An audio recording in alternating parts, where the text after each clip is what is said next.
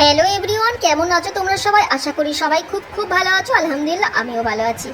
যখন আমি স্কুল পড়ুয়া ছিলাম আর সেই স্কুলের ছোট্ট একটা কথা আমার মনে পড়ে যায়, যখন সেই ছোট্ট একটা স্কুলের কথা মনে পড়ে যায় আমি নিজেই মুচকি হেসে ফেলি। প্রতিদিন আমি স্কুল যেতাম আর স্কুল যাওয়ার আগে একটু ভেবে নিতাম যে আজকের আমার 6টা পিরিয়ড আছে, 6টা ক্লাস আছে, 6 স্যার আর ম্যামের, কিন্তু আমি ঠিকঠাক সেই পড়াগুলো তৈরি করতে পেরেছি তো?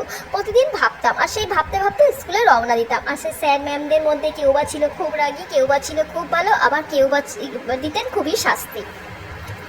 সেই কথা ভাবতে ভাবতে স্কুলে যেতাম। তারপরে আমি একদিন স্কুলে ক্লাস করতে করতে মনে পড়লো সেই রাগী স্যারের যে ক্লাস আছে, আমার সেই ক্লাসে পড়াটা কমপ্লিট করতে পেরেছি তো? বইয়ের পাতায় চোখ রেখে পড়ছিলাম। স্যার হঠাৎ ক্লাসে আসলেন, ক্লাস নিতে লাগলো। কয়েকটা বন্ধু বান্ধব থেকে ক্লাস নিচ্ছিল, আমাকে বললো পড়া করেছো? আমি বললাম হ্যাঁ স্যার, আসো পড়া বলো।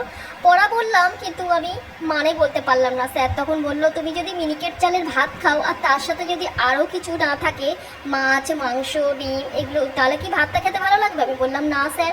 তাহলে তুমি পড়া ঠিকই করলে, সুন্দর করলে, রিডিং করলে, কিন্তু তুমি পড়ার মানেটা কেন বললে না আর বলতে কেনই পারলে না? আমি স্যারের মুখের দিকে তাকিয়ে থমকে মুচকি হেসে ফেললাম। স্যার আবার আমার এটা কি এক্সাম্পল দিলেন।